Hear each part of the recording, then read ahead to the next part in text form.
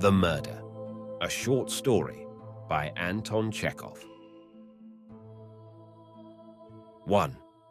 The evening service was being celebrated at Progonaya station.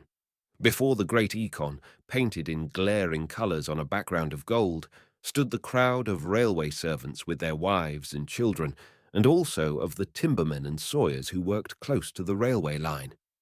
All stood in silence, fascinated by the glare of the lights and the howling of the snowstorm which was aimlessly disporting itself outside, regardless of the fact that it was the eve of the Annunciation. The old priest from Vedenyapino conducted the service. The sacristan and Matvey were singing. Matvey's face was beaming with delight. He sang, stretching out his neck as though he wanted to soar upwards. He sang tenor and chanted the praises too in a tenor voice with honeyed sweetness and persuasiveness. When he sang archangel voices, he waved his arms like a conductor, and trying to second the sacristan's hollow bass with his tenor, achieved something extremely complex, and from his face it could be seen that he was experiencing great pleasure.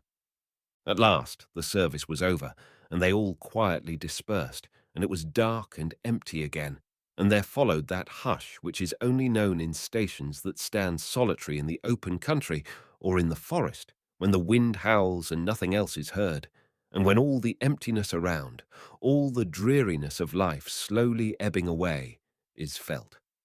Matvey lived not far from the station at his cousin's tavern, but he did not want to go home. He sat down at the refreshment bar and began talking to the waiter in a low voice. We had our own choir in the tile factory, and I must tell you that though we were only workmen, our singing was first-rate, splendid. We were often invited to the town, and when the deputy bishop, Father Ivan, took the service at Trinity Church, the bishop's singers sang in the right choir and we in the left. Only they complained in the town that we kept the singing on too long. The factory choir drag it out, they used to say. It is true we began St. Andrew's prayers and the praises between 6 and 7, and it was past 11 when we finished, so that it was sometimes after midnight when we got home to the factory. It was good, sighed Matvey. Very good it was, indeed, Sergei Nikanorovich, but here in my father's house it is anything but joyful. The nearest church is 4 miles away. With my weak health I can't get so far. There are no singers there, and there is no peace or quiet in our family. Day in, day out, there is an uproar, scolding, uncleanliness. We all eat out of one bowl like peasants, and there are beetles in the cabbage soup. God has not given me health, else I would have gone away long ago, Sergei Nikanorovich. Matvey was a middle-aged man about 45, but he had a look of ill health. His face was wrinkled, and his lank, scanty beard was quite grey, and that made him seem many years older. He spoke in a weak voice, circumspectly, and held his chest when he coughed, while his eyes assumed the uneasy and anxious look one sees in very apprehensive people. He never said definitely what was wrong with him, but he was fond of describing at length how once at the factory he had lifted a heavy box and had ruptured himself, and how this had led to the gripes and had forced him to give up his work in the tile factory and come back to his native place. But he could not explain what he meant by the gripes. I must own I am not fond of my cousin, he went on, pouring himself out some tea. He is my elder. It is a sin to censure him, and I fear the Lord, but I cannot bear it in patience. He is a haughty, surly, abusive man. He is the torment of his relations and workmen and constantly out of humour. Last Sunday I asked him in an amiable way, Brother, let us go to Pahomovo for the Mass. But he said, I am not going. The priest there is a gambler. And he would not come here today because, he said, the priest from Vedenyapino smokes and drinks vodka. He doesn't like the clergy. He reads Mass himself, and the hours and the vespers, while his sister acts as sacristan. He says, let us pray unto the Lord. And she, in a thin little voice like a turkey hen, Lord, have mercy upon us. It's a sin, that's what it is. Every day I say to him, think what you are doing, brother. Repent, brother. And he takes no notice. Sergei Nikanorovich, the waiter, poured out 5 glasses of tea and carried them on a tray to the waiting room. He had scarcely gone in when there was a shout. "Is that the way to serve it, pig's face? You don't know how to wait." It was the voice of the station master. There was a timid mutter, then again a harsh and angry shout. "Get along!" The waiter came back greatly crestfallen. "There was a time when I gave satisfaction to counts and princes," he said in a low voice, "but now I don't know how to serve tea. He called me names before the priest and the ladies." The waiter, Sergei Nikanorovich, had once had money of his own and had kept a buffet at a first-class station, which was a junction in the principal town of a province. There he had worn a swallowtail coat and a gold chain. But things had gone ill with him. He had squandered all his own money over expensive fittings and service. He had been robbed by his staff and, getting gradually into difficulties, had moved to another station less bustling. Here his wife had left him, taking with her all the silver, and he moved to a third station of a still lower class, where no hot dishes were served, then to a fourth. Frequently changing his situation and sinking lower and lower, he had at last come to Progonaya, and here he used to sell nothing but tea and cheap vodka, and for lunch hard-boiled eggs and dry sausages, which smelt of tar, and which he himself sarcastically said were only fit for the orchestra. He was bald all over the top of his head, and had prominent blue eyes and thick, bushy whiskers, which he often combed out, looking into the little looking-glass. Memories of the past haunted him continually. He could never get used to sausage, only fit for the orchestra, to the rudeness of the station-master, and to the peasants who used to haggle over the prices.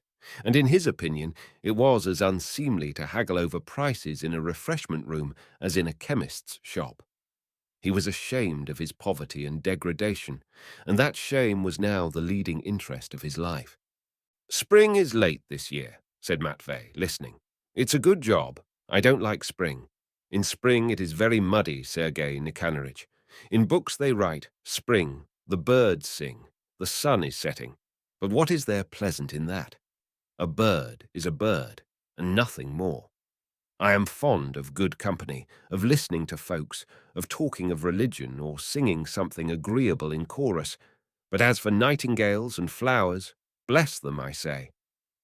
He began again about the tile factory, about the choir, but Sergei Nikanorovich could not get over his mortification and kept shrugging his shoulders and muttering. Matvey said goodbye and went home. There was no frost, and the snow was already melting on the roofs, though it was still falling in big flakes. They were whirling rapidly round and round in the air and chasing one another in white clouds along the railway line. And the oak forest on both sides of the line, in the dim light of the moon, which was hidden somewhere high up in the clouds, resounded with a prolonged, sullen murmur. When a violent storm shakes the trees, how terrible they are! Matvey walked along the causeway beside the line, covering his face and his hands, while the wind beat on his back.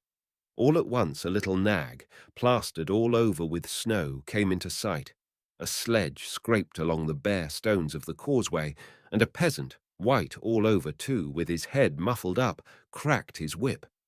Matvey looked round after him, but at once, as though it had been a vision, there was neither sledge nor peasant to be seen, and he hastened his steps, suddenly scared, though he did not know why. Here was the crossing and the dark little house where the signalman lived. The barrier was raised, and by it perfect mountains had drifted, and clouds of snow were whirling round like witches on broomsticks.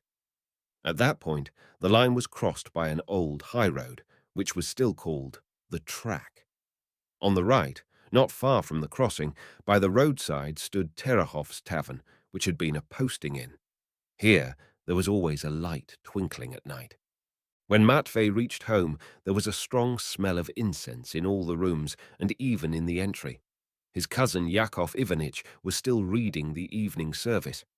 In the prayer room where this was going on, in the corner opposite the door, there stood a shrine of old-fashioned ancestral icons in gilt settings, and both walls to right and to left were decorated with icons of ancient and modern fashion in shrines and without them. On the table, which was draped to the floor, stood an icon of the Annunciation, and close by a cypress wood cross and the censer. Wax candles were burning. Beside the table was a reading desk. As he passed by the prayer room, Matvey stopped and glanced in at the door. Yakov Ivanitch was reading at the desk at that moment. His sister Aglaya, a tall, lean old woman in a dark blue dress and white kerchief, was praying with him. Yakov Ivanitch's daughter, Dashutka, an ugly, freckled girl of 18, was there too, barefoot as usual, and wearing the dress in which she had at nightfall taken water to the cattle. "Glory to thee, who hast shown us the light!" Yakov Ivanitch boomed out in a chant, bowing low. Aglaya propped her chin on her hand and chanted in a thin, shrill, drawling voice. And upstairs, above the ceiling, there was the sound of vague voices which seemed menacing or ominous of evil. No one had lived on the story above since a fire there a long time ago. The windows were boarded up, and empty bottles lay about on the floor between the beams. Now the wind was banging and droning, and it seemed as though someone were running and stumbling over the beams. Half of the lower story was used as a tavern, while Terehov's family lived in the other half, so that when drunken visitors were noisy in the tavern, every word they said could be heard in the rooms. Matvey lived in a room next to the kitchen with a big stove, in which, in old days, when this had been a posting inn, bread had been baked every day. Dashutka, who had no room of her own, lived in the same room behind the stove. A cricket chirped there always at night, and mice ran in and out. Matvey lighted a candle and began reading a book which he had borrowed from the station policeman. While he was sitting over it, the service ended, and they all went to bed. Dashutka lay down too. She began snoring at once, but soon woke up and said, yawning, "You shouldn't burn a candle for nothing, Uncle Matvey." "It's my candle," answered Matvey. "I bought it with my own money." Dashutka turned over a little and fell asleep again. Matvey sat up a good time longer. He was not sleepy, and when he had finished the last page, he took a pencil out of a box and wrote on the book, "I, Matvey Terehov, have read this book, and think it the very best of all the books I have read, for which I express my gratitude to the non-commissioned officer of the Police Department of Railways, Kuzma Nikolaev Zhukov, as the possessor of this priceless book. He considered it an obligation of politeness to make such inscriptions in other people's books." 2.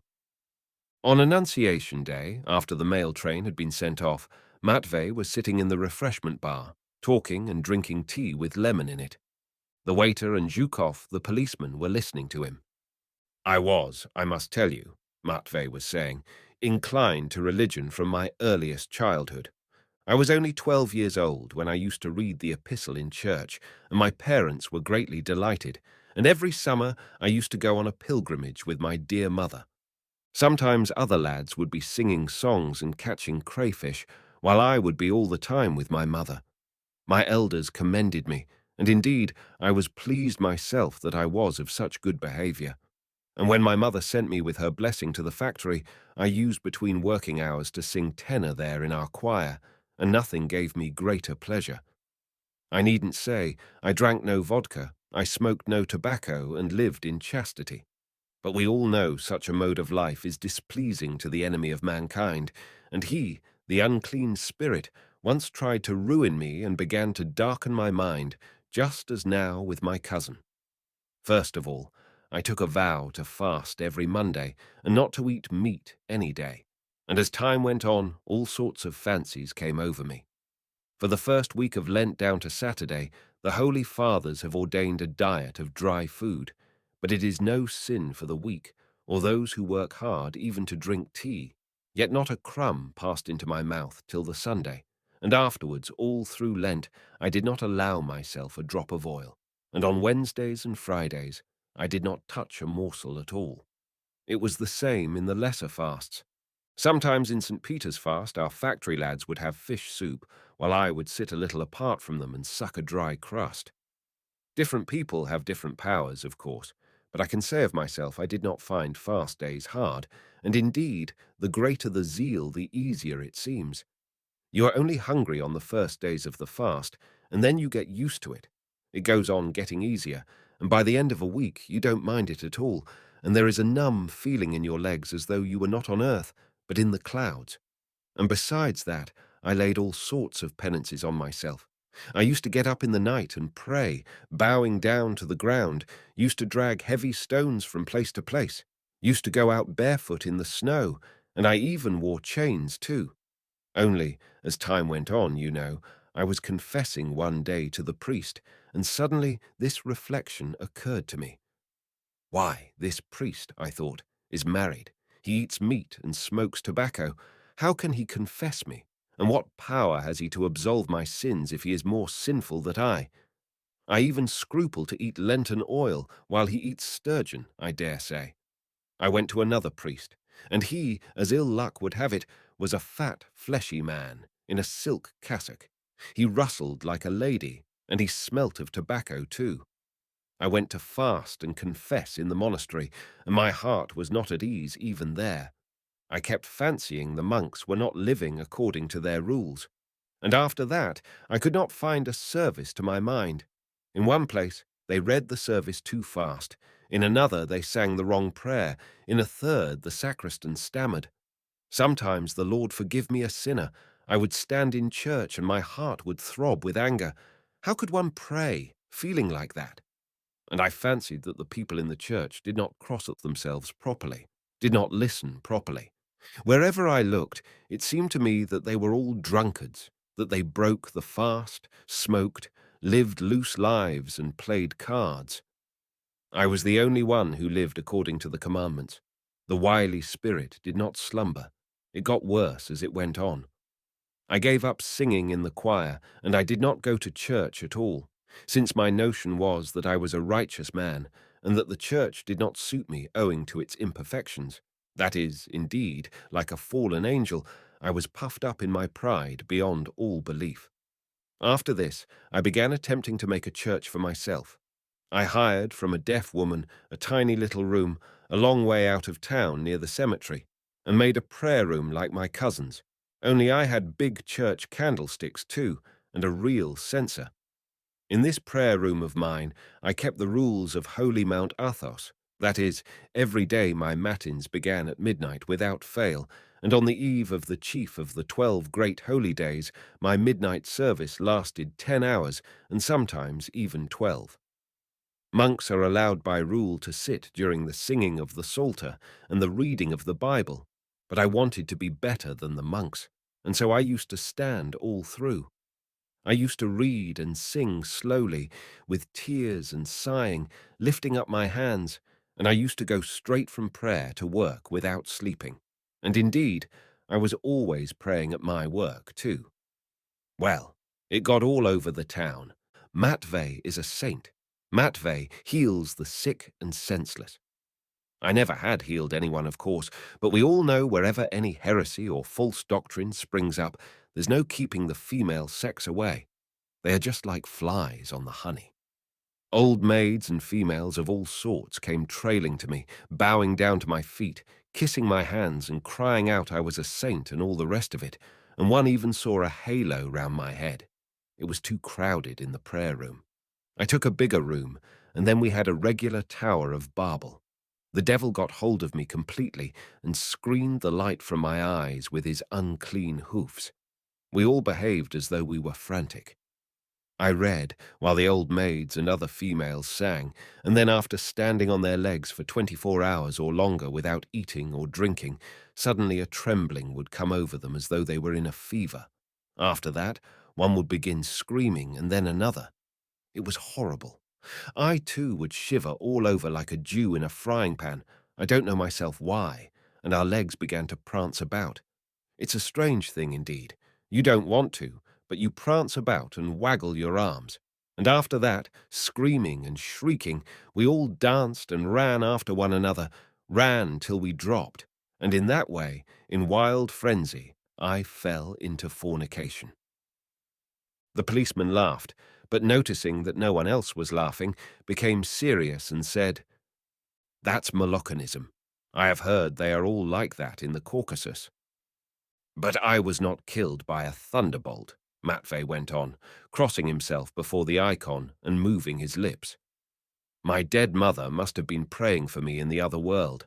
When everyone in the town looked upon me as a saint, and even the ladies and gentlemen of good family used to come to me in secret for consolation, I happened to go into our landlord, Osip Varlamich, to ask forgiveness. It was the day of forgiveness, and he fastened the door with the hook, and we were left alone, face to face. And he began to reprove me. And I must tell you, Osip Varlamich was a man of brains, though without education, and everyone respected and feared him, for he was a man of stern, God-fearing life, and worked hard. He had been the mayor of the town and a warden of the church for 20 years maybe, and had done a great deal of good. He had covered all the New Moscow road with gravel, had painted the church, and had decorated the columns to look like malachite. Well, he fastened the door and, "I have been wanting to get at you for a long time, you rascal," he said. "You think you are a saint," he said. "No, you are not a saint, but a backslider from God, a heretic, and an evildoer." And he went on and on. I can't tell you how he said it, so eloquently and cleverly, as though it were all written down, and so touchingly. He talked for 2 hours. His words penetrated my soul. My eyes were opened. I listened, and burst into sobs. "Be an ordinary man," he said. "Eat and drink, dress, and pray like everyone else. All that is above the ordinary is of the devil. Your chains," he said, "are of the devil. Your fasting is of the devil. Your prayer room is of the devil. It is all pride," he said. Next day, on Monday in Holy Week, it pleased God I should fall ill. I ruptured myself and was taken to the hospital. I was terribly worried and wept bitterly and trembled. I thought there was a straight road before me from the hospital to hell, and I almost died. I was in misery on a bed of sickness for 6 months, and when I was discharged, the first thing I did, I confessed, and took the sacrament in the regular way, and became a man again. Osip Varlamich saw me off home and exhorted me, "Remember, Matvey, that anything above the ordinary is of the devil. And now I eat and drink like everyone else, and pray like everyone else. If it happens now that the priest smells of tobacco or vodka, I don't venture to blame him, because the priest, too, of course, is an ordinary man.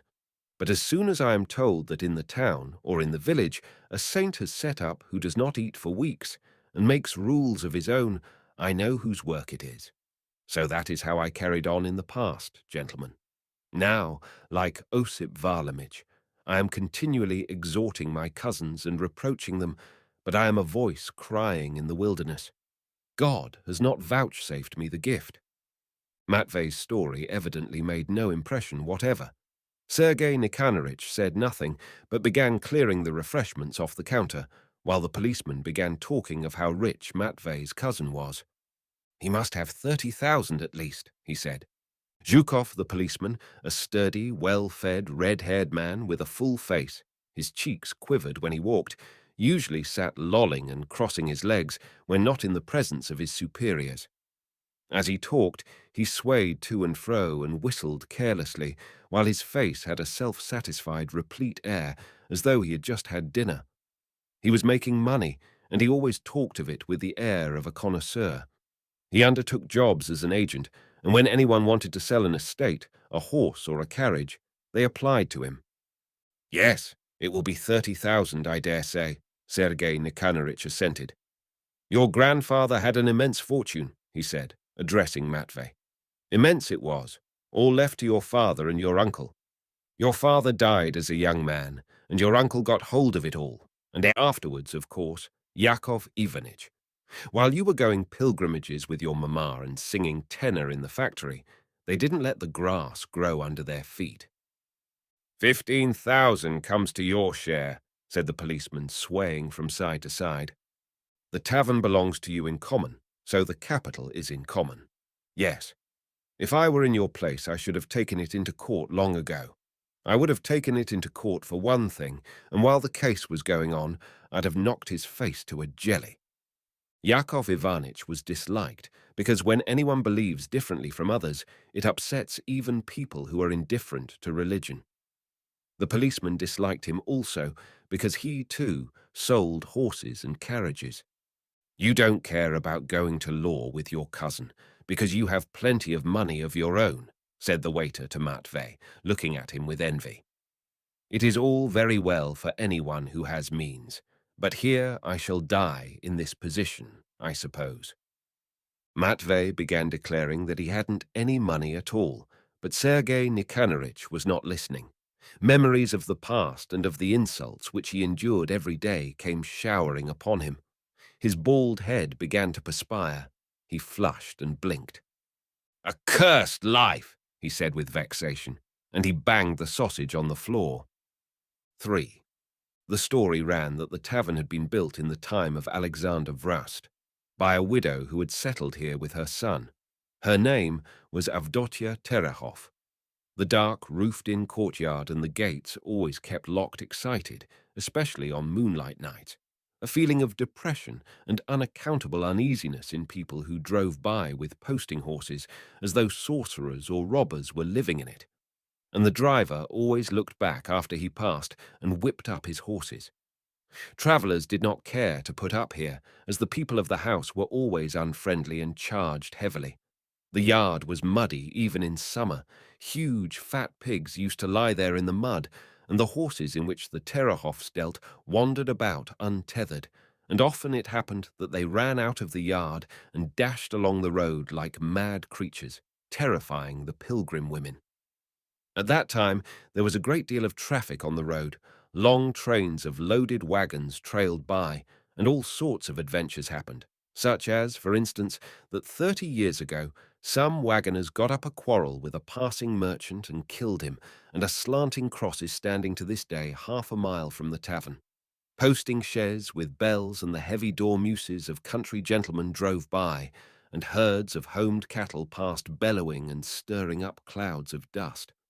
When the railway came, there was at first at this place only a platform, which was called simply a halt. 10 years afterwards, the present station, Progonaya, was built. The traffic on the old posting road almost ceased, and only local landowners and peasants drove along it now, but the working people walked there in crowds in spring and autumn. The posting inn was transformed into a restaurant. The upper story was destroyed by fire. The roof had grown yellow with rust. The roof over the yard had fallen by degrees, but huge fat pigs, pink and revolting, still wallowed in the mud in the yard. As before, the horses sometimes ran away and, lashing their tails, dashed madly along the road. In the tavern they sold tea, hay oats and flour, as well as vodka and beer, to be drunk on the premises and also to be taken away. They sold spirituous liquors warily, for they had never taken out a license. The Terehovs had always been distinguished by their piety, so much so that they had even been given the nickname of the Godlies. But perhaps because they lived apart like bears, avoided people, and thought out all their ideas for themselves, they were given to dreams and to doubts and to changes of faith, and almost each generation had a peculiar faith of its own. The grandmother, Avdotya, who had built the inn, was an old believer. Her son and both her grandsons, the fathers of Matvey and Yakov, went to the Orthodox Church, entertained the clergy, and worshipped before the new icons as devoutly as they had done before the old. The son, in old age, refused to eat meat and imposed upon himself the rule of silence, considering all conversation as sin. It was the peculiarity of the grandsons that they interpreted the scripture not simply, but sought in it a hidden meaning, declaring that every sacred word must contain a mystery.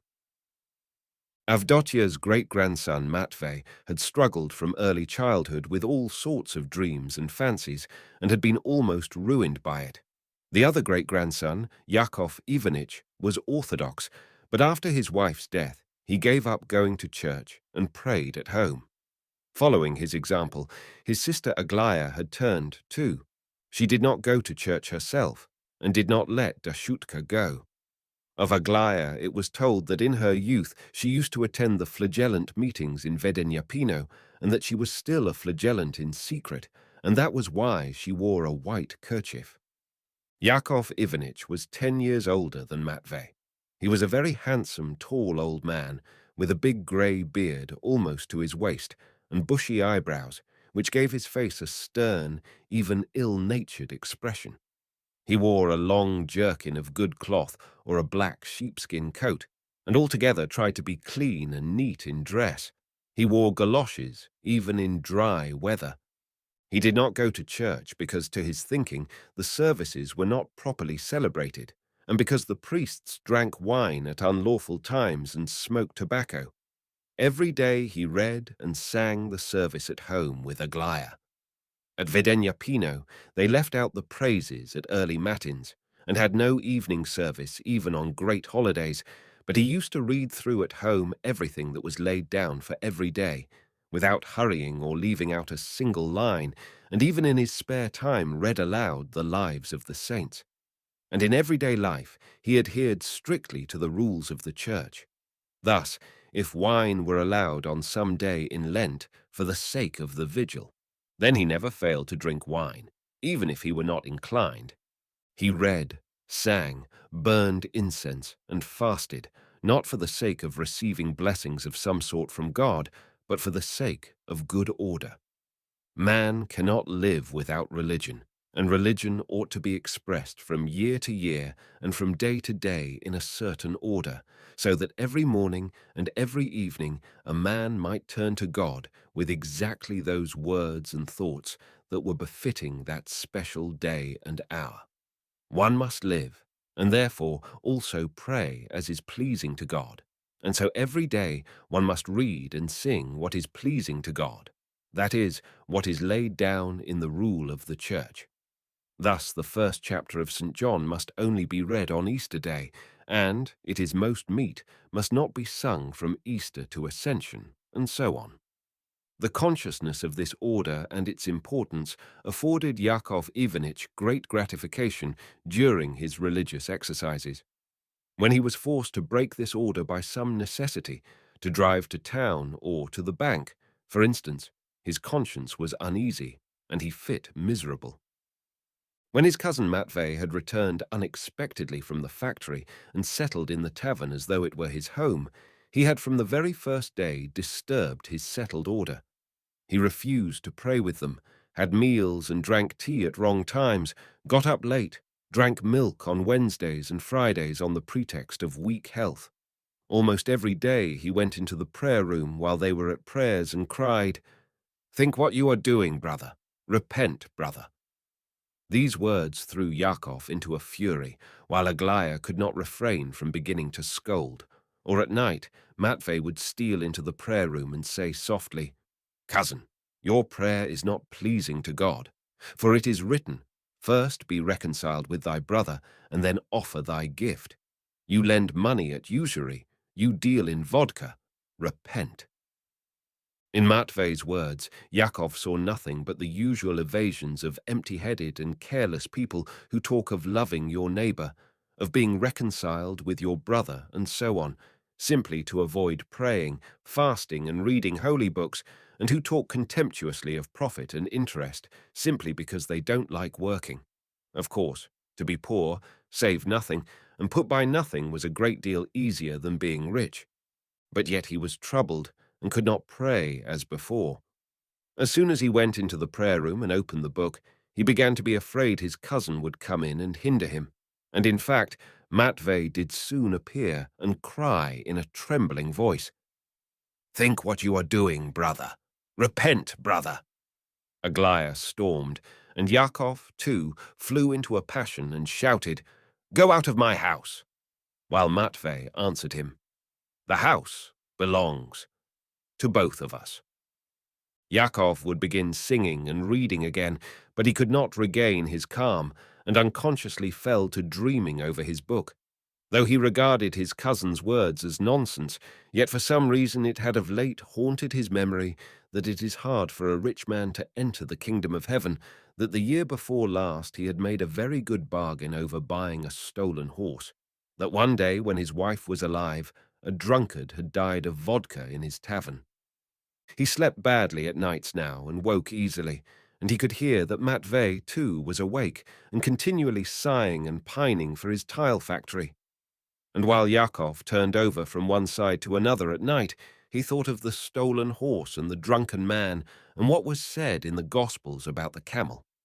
It looked as though his dreaminess were coming over him again, and as ill luck would have it, although it was the end of March, every day it kept snowing, and the forest roared as though it were winter, and there was no believing that spring would ever come.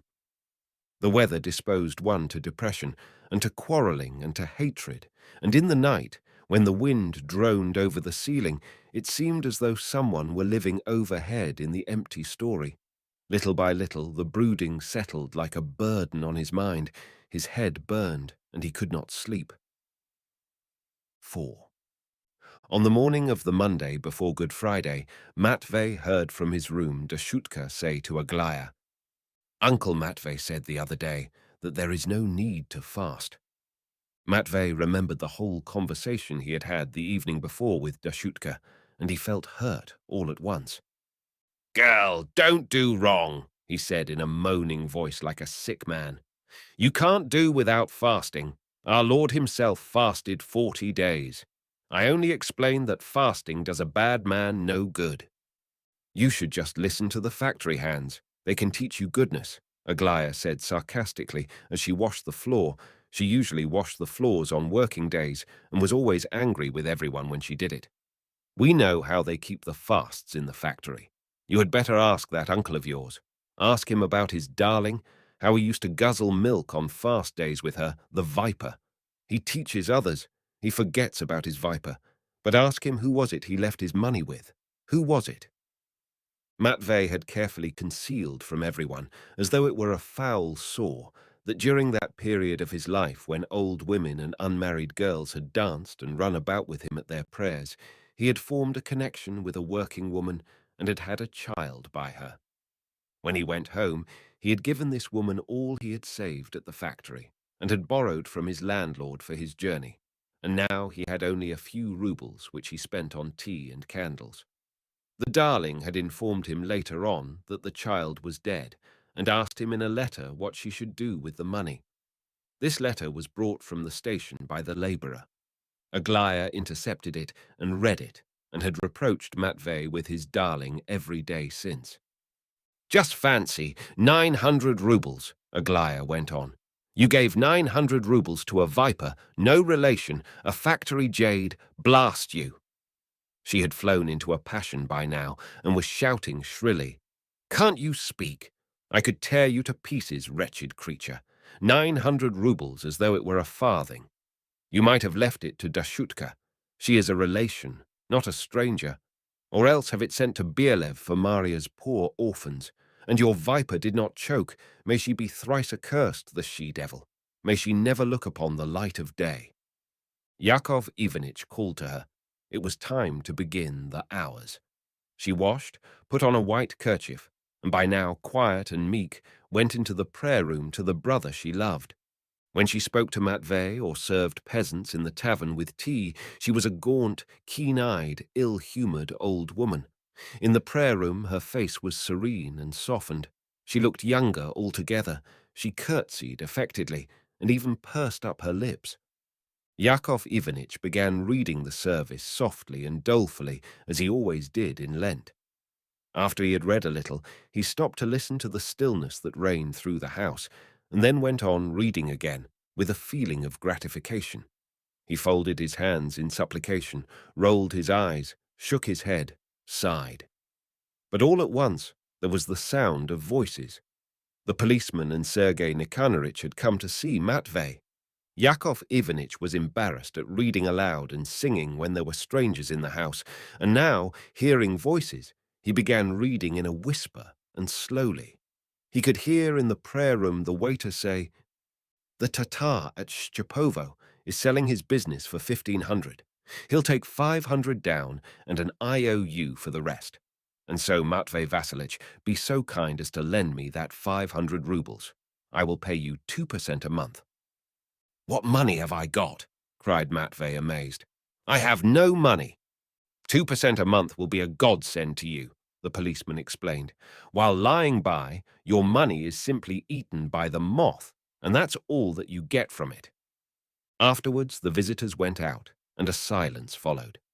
But Yakov Ivanitch had hardly begun reading and singing again when a voice was heard outside the door. "Brother, let me have a horse to drive to Vedenyapino." It was Matvey, and Yakov was troubled again. "Which can you go with?" he asked after a moment's thought. "The man has gone with the sorrel to take the pig, and I am going with the little stallion to Shutekino as soon as I have finished." "Brother, why is it you can dispose of the horses and not I?" Matvey asked with irritation.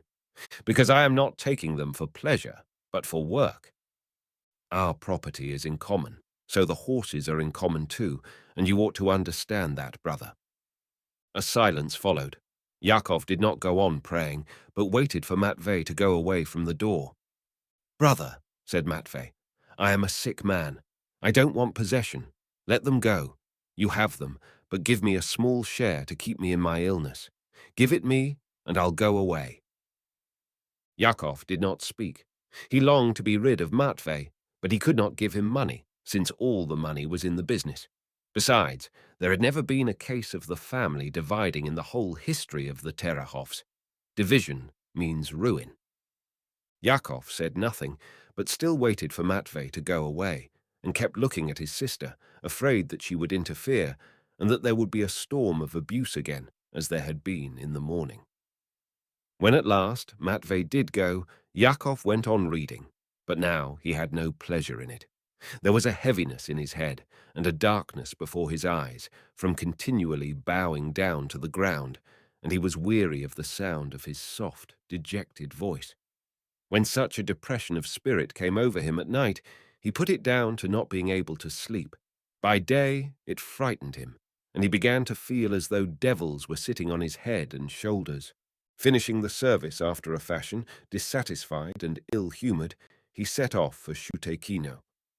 In the previous autumn, a gang of navvies had dug a boundary ditch near Progonaya and had run up a bill at the tavern for 18 rubles, and now he had to find their foreman in Shutekino and get the money from him. The road had been spoilt by the thaw and the snowstorm.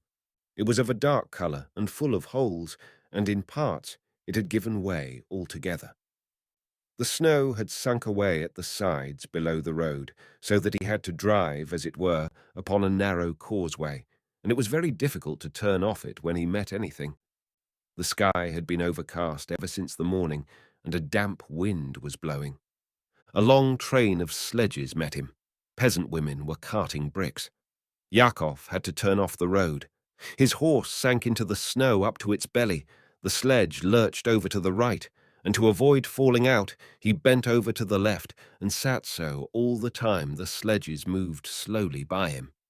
Through the wind, he heard the creaking of the sledge poles and the breathing of the gaunt horses, and the women saying about him, "There's Godly coming," while one, gazing with compassion at his horse, said quickly, "It looks as though the snow will be lying till Yegory's day.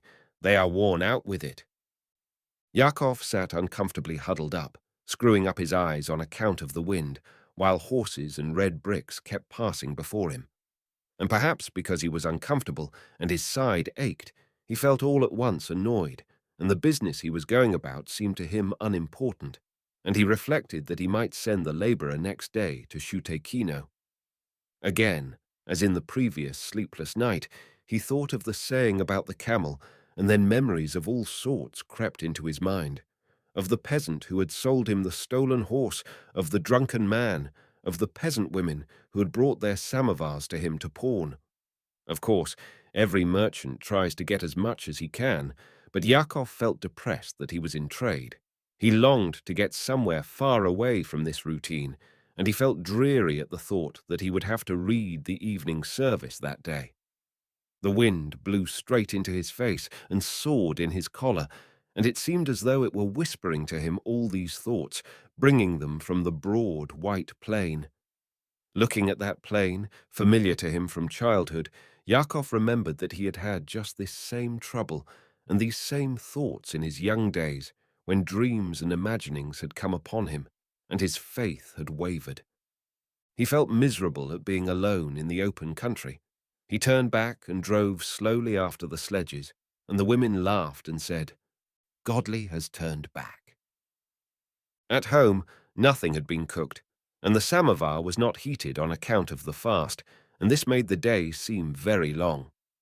Yakov Ivanitch had long ago taken the horse to the stable, dispatched the flour to the station, and twice taken up the Psalms to read, and yet the evening was still far off.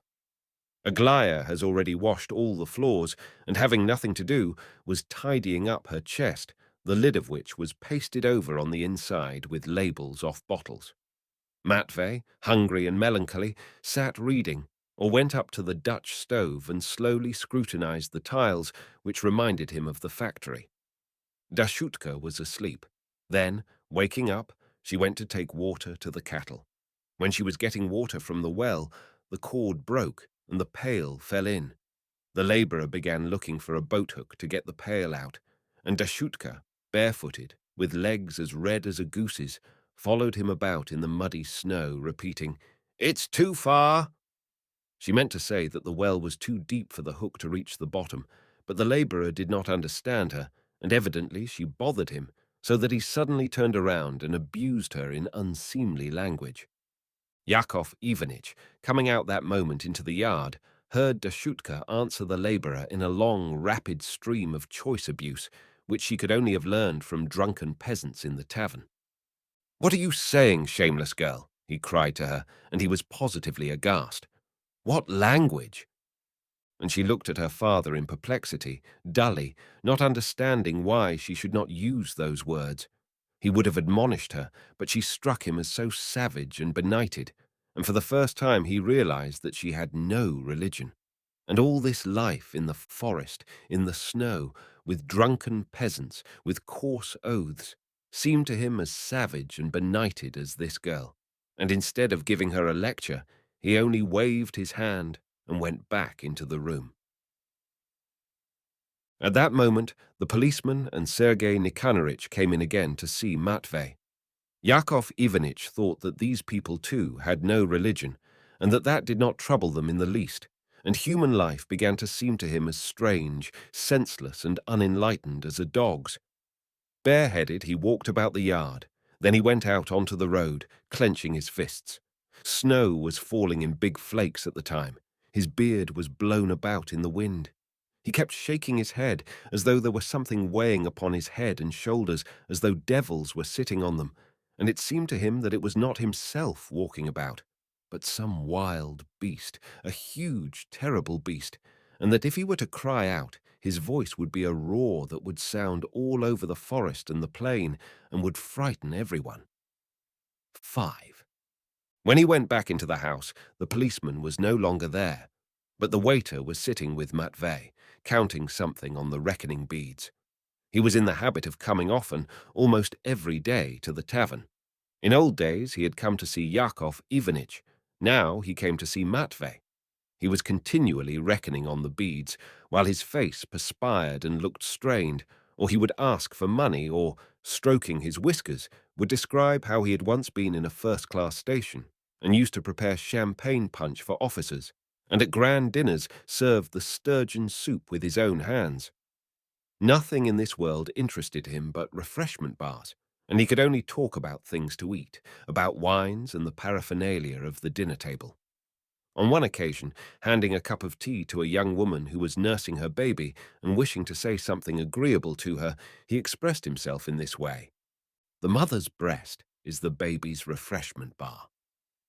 Reckoning with the beads in Matvey's room, he asked for money, said he could not go on living at Progonaya, and several times repeated in a tone of voice that sounded as though he were just going to cry, "Where am I to go? Where am I to go now? Tell me that, please." Then Matvey went into the kitchen and began peeling some boiled potatoes, which he had probably put away from the day before. It was quiet, and it seemed to Yakov Ivanitch that the waiter was gone. It was past the time for evening service. He called Aglaya, and thinking there was no one else in the house, sang out aloud without embarrassment. He sang and read, but was inwardly pronouncing other words.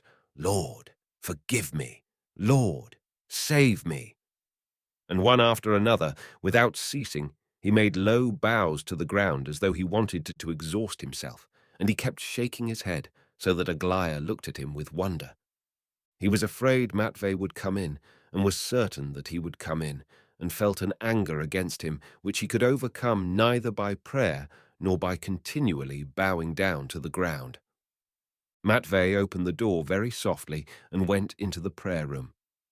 "It's a sin, such a sin," he said reproachfully, and heaved a sigh. "Repent. Think what you are doing, brother." Yakov Ivanitch, clenching his fists and not looking at him for fear of striking him, went quickly out of the room, feeling himself a huge, terrible wild beast, just as he had done before on the road. He crossed the passage into the grey, dirty room, reeking with smoke and fog, in which the peasants usually drank tea, and there he spent a long time walking from one corner to the other, treading heavily so that the crockery jingled on the shelves and the table shook. It was clear to him now that he was himself dissatisfied with his religion, and could not pray as he used to do. He must repent. He must think things over, reconsider, live and pray in some other way. But how pray?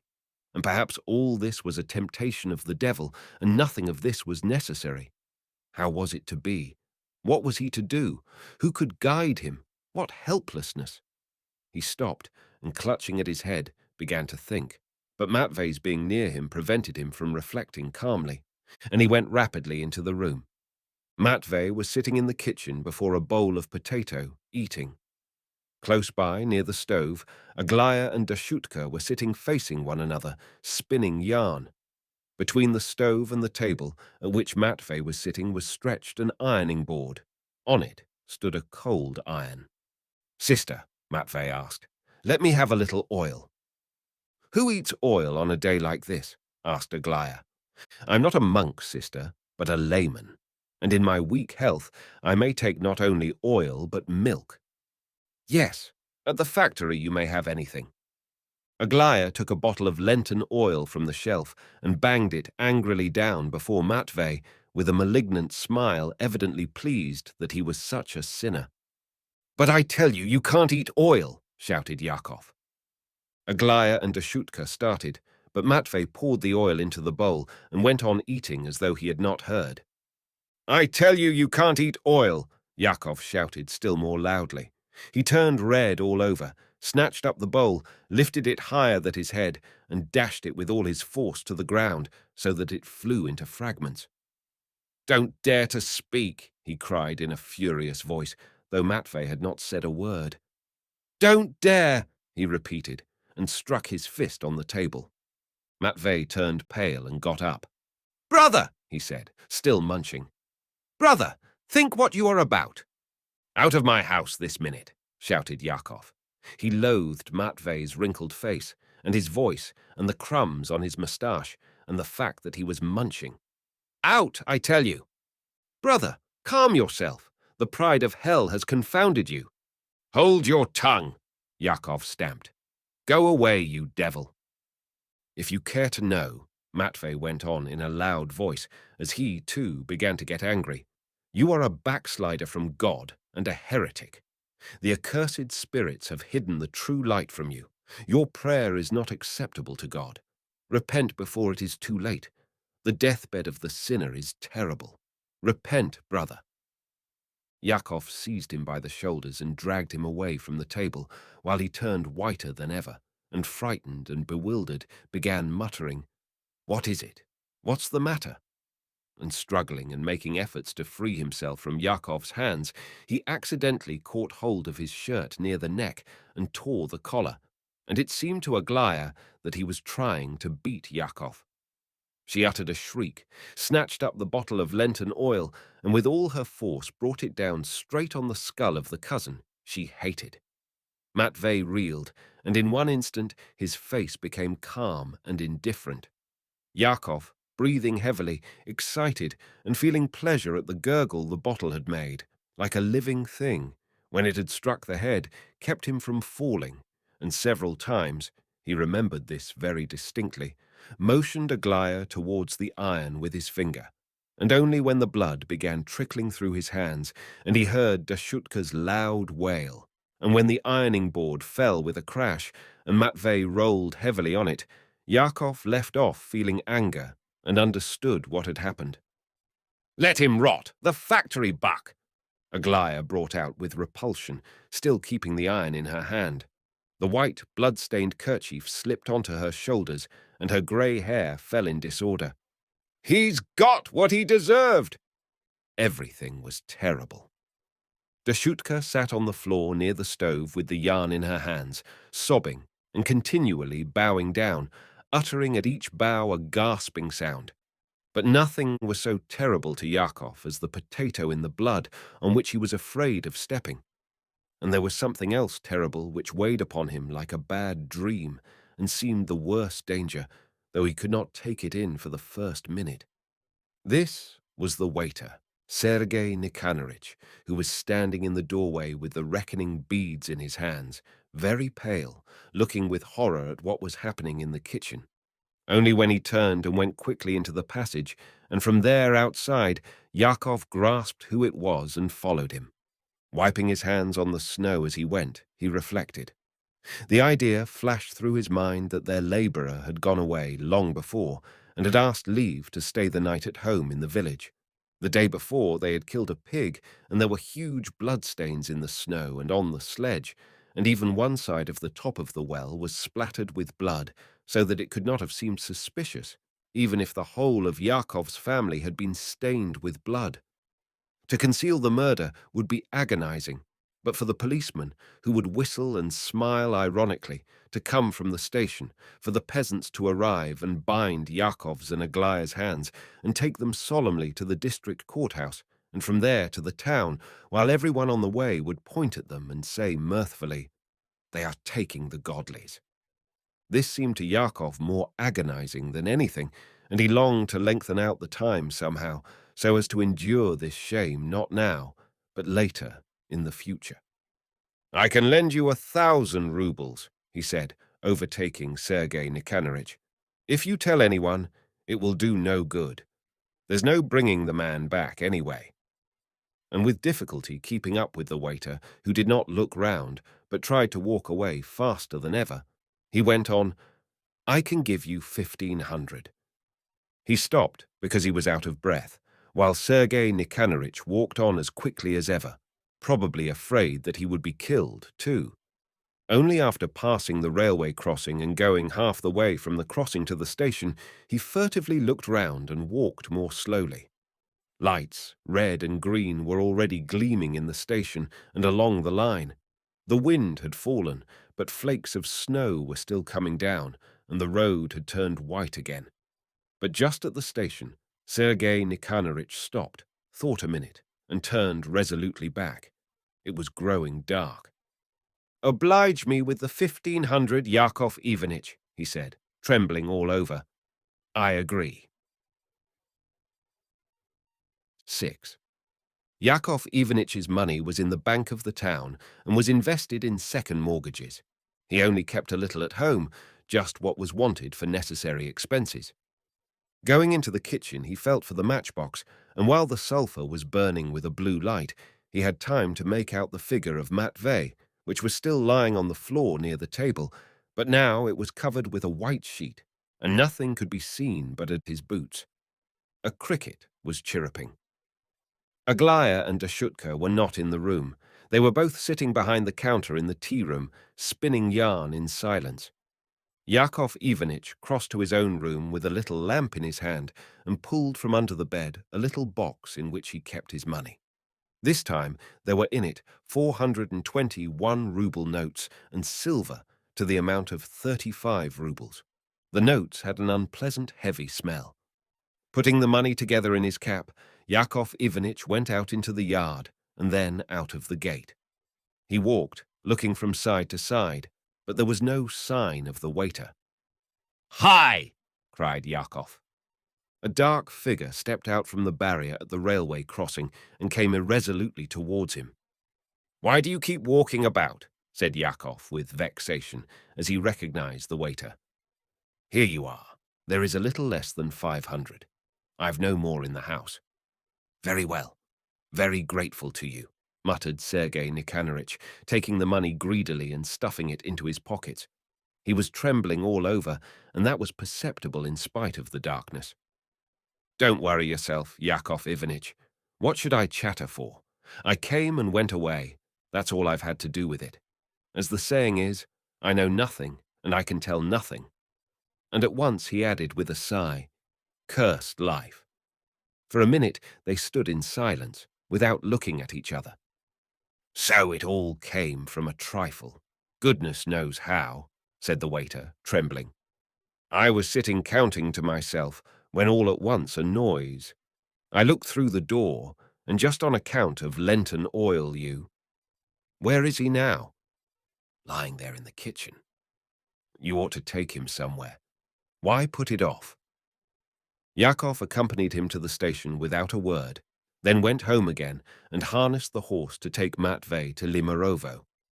He had decided to take him to the forest of Limarovo and to leave him there on the road, and then he would tell everyone that Matvey had gone off to Vedenyapino and had not come back, and then everyone would think that he had been killed by someone on the road. He knew there was no deceiving anyone by this, but to move, to do something, to be active, was not as agonizing as to sit still and wait. He called Dashutka, and with her carried Matvey out. Aglaya stayed behind to clean up the kitchen. When Yakov and Dashutka turned back, they were detained at the railway crossing by the barrier being let down. A long goods train was passing, dragged by 2 engines, breathing heavily and flinging puffs of crimson fire out of their funnels. The foremost engine uttered a piercing whistle at the crossing in sight of the station. "It's whistling," said Dashutka. The train had passed at last, and the signalman lifted the barrier without haste. "Is that you, Yakov Ivanitch? I didn't know you, so you'll be rich." And then, when they had reached home, they had to go to bed. Aglaya and Dashutka made themselves a bed in the tea-room and lay down side by side, while Yakov stretched himself on the counter. They neither said their prayers nor lighted the icon lamp before lying down to sleep. All 3 lay awake till morning, but did not utter a single word, and it seemed to them that all night someone was walking about in the empty story overhead. 2 days later, a police inspector and the examining magistrate came from the town and made a search, first in Matvey's room and then in the whole tavern.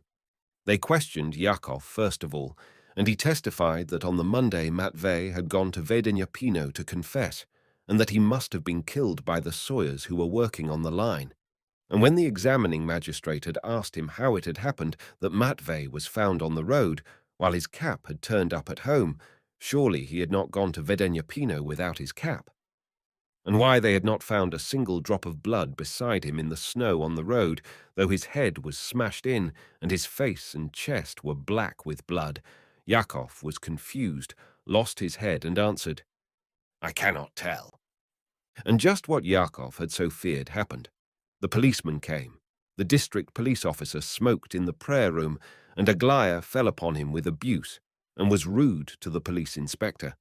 And afterwards, when Yakov and Aglaya were led out to the yard, the peasants crowded at the gates and said, "They are taking the Godlies," and it seemed that they were all glad. At the inquiry, the policeman stated positively that Yakov and Aglaya had killed Matvey in order not to share with him, and that Matvey had money of his own, and that if it was not found at the search, evidently Yakov and Aglaya had got hold of it. And Dashutka was questioned. She said that Uncle Matvey and Aunt Aglaya quarrelled and almost fought every day over money, and that Uncle Matvey was rich, so much so that he had given someone, his darling, 900 rubles. Dashutka was left alone in the tavern. No one came now to drink tea or vodka, and she divided her time between cleaning up the rooms, drinking mead and eating rolls. But a few days later, they questioned the signalman at the railway crossing, and he said that late on Monday evening he had seen Yakov and Dashutka driving from Limarovo. Dashutka, too, was arrested, taken to the town and put in prison. It soon became known, from what Aglaya said, that Sergei Nikanorovich had been present at the murder. A search was made in his room, and money was found in an unusual place, in his snow boots under the stove, and the money was all in small change, 300 one-ruble notes. He swore he had made this money himself, and that he hadn't been in the tavern for a year, but witnesses testified that he was poor and had been in great want of money of late, and that he used to go every day to the tavern to borrow from Matvey, and the policeman described how on the day of the murder he had himself gone twice to the tavern with the waiter to help him to borrow. It was recalled at this juncture that on Monday evening Sergei Nikanorovich had not been there to meet the passenger train, but had gone off somewhere, and he too was arrested and taken to the town. The trial took place 11 months later. Yakov Ivanitch looked much older and much thinner, and spoke in a low voice like a sick man. He felt weak, pitiful, lower in stature than anyone else, and it seemed as though his soul, too, like his body, had grown older and wasted from the pangs of his conscience and from the dreams and imaginings which never left him all the while he was in prison. When it came out that he did not go to church, the president of the court asked him, "Are you a dissenter?" "I can't tell," he answered. He had no religion at all now. He knew nothing and understood nothing, and his old belief was hateful to him now and seemed to him darkness and folly. Aglaya was not in the least subdued, and she still went on abusing the dead man, blaming him for all their misfortunes. Sergei Nikanorovich had grown a beard instead of whiskers. At the trial he was red and perspiring, and was evidently ashamed of his grey prison coat and of sitting on the same bench with humble peasants. He defended himself awkwardly, and trying to prove that he had not been to the tavern for a whole year, got into an altercation with every witness, and the spectators laughed at him. Dashutka had grown fat in prison.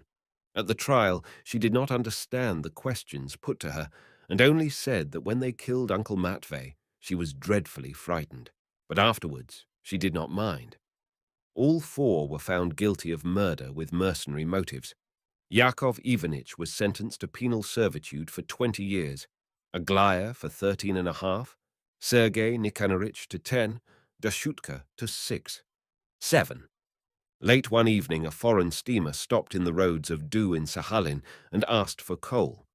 The captain was asked to wait till morning, but he did not want to wait over an hour, saying that if the weather changed for the worse in the night, there would be a risk of his having to go off without coal. In the Gulf of Tartary, the weather is liable to violent changes in the course of half an hour, and then the shores of Sakhalin are dangerous, and already it had turned fresh, and there was a considerable sea running. A gang of convicts were sent to the mine from the Voevodsky prison, the grimmest and most forbidding of all the prisons in Sakhalin. The coal had to be loaded upon barges, and then they had to be towed by a steam cutter alongside the steamer, which was anchored more than a quarter of a mile from the coast. And then the unloading and reloading had to begin, an exhausting task when the barge kept rocking against the steamer, and the men could scarcely keep on their legs for seasickness. The convicts, only just roused from their sleep, still drowsy, went along the shore, stumbling in the darkness and clanking their fetters. On the left, scarcely visible, was a tall, steep, extremely gloomy-looking cliff, while on the right there was a thick, impenetrable mist, in which the sea moaned with a prolonged, monotonous sound. Ah, ah, ah, ah. And it was only when the overseer was lighting his pipe, casting as he did so a passing ray of light on the escort with a gun and on the coarse faces of 2 or 3 of the nearest convicts, or when he went with his lantern close to the water, that the white crests of the foremost waves could be discerned. One of this gang was Yakov Ivanitch, nicknamed among the convicts the Brush on account of his long beard. No one had addressed him by his name or his father's name for a long time now. They called him simply Yashka. He was here in disgrace. as 3 months after coming to Siberia, feeling an intense, irresistible longing for home, he had succumbed to temptation and run away. He had soon been caught, had been sentenced to penal servitude for life, and given 40 lashes. Then he was punished by flogging twice again for losing his prison clothes, though on each occasion they were stolen from him. The longing for home had begun from the very time he had been brought to Odessa, and the convict train had stopped in the night at Progonaya, and Yakov, pressing to the window, had tried to see his own home and could see nothing in the darkness. He had no one with whom to talk of home. His sister Aglaya had been sent right across Siberia, and he did not know where she was now. Dashutka was in Sahalin, but she had been sent to live with some ex-convict in a faraway settlement. There was no news of her except that once a settler who had come to the Voyevodsky prison told Yakov that Dashutka had 3 children. Sergei Nikanorovich was serving as a footman at a government official's at Du, but he could not reckon on ever seeing him, as he was ashamed of being acquainted with convicts of the peasant class. The gang reached the mine, and the men took their places on the quay. It was said there would not be any loading, as the weather kept getting worse and the steamer was meaning to set off. They could see 3 lights. One of them was moving. That was the steam cutter going to the steamer, and it seemed to be coming back to tell them whether the work was to be done or not. Shivering with the autumn cold and the damp sea mist, wrapping himself in his short, torn coat, Yakov Ivanitch looked intently without blinking in the direction in which lay his home. Ever since he had lived in prison together with men banished here from all ends of the earth, with Russians, Ukrainians, Tatars, Georgians, Chinese, Gypsies, Jews, and ever since he had listened to their talk and watched their sufferings, he had begun to turn again to God, and it seemed to him at last that he had learned the true faith for which all his family, from his grandmother Avdotia down, had so thirsted, which they had sought so long and which they had never found.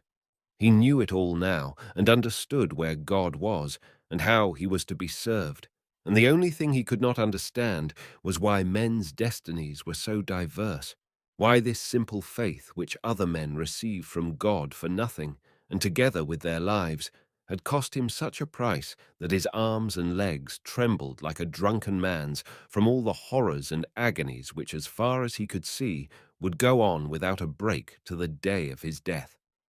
He looked with strained eyes into the darkness, and it seemed to him that through the 1,000 miles of that mist he could see home, could see his native province, his district, Progonaya, could see the darkness, the savagery, the heartlessness, and the dull, sullen, animal indifference of the men he had left there. His eyes were dimmed with tears, but still he gazed into the distance where the pale lights of the steamer faintly gleamed, and his heart ached with yearning for home, and he longed to live, to go back home to tell them there of his new faith, and to save from ruin, if only one man, and to live without suffering, if only for one day. The cutter arrived, and the overseer announced in a loud voice that there would be no loading. "Back!" he commanded. "Steady!" They could hear the hoisting of the anchor chain on the steamer. A strong, piercing wind was blowing by now. Somewhere on the steep cliff overhead, the trees were creaking. Most likely, a storm was coming.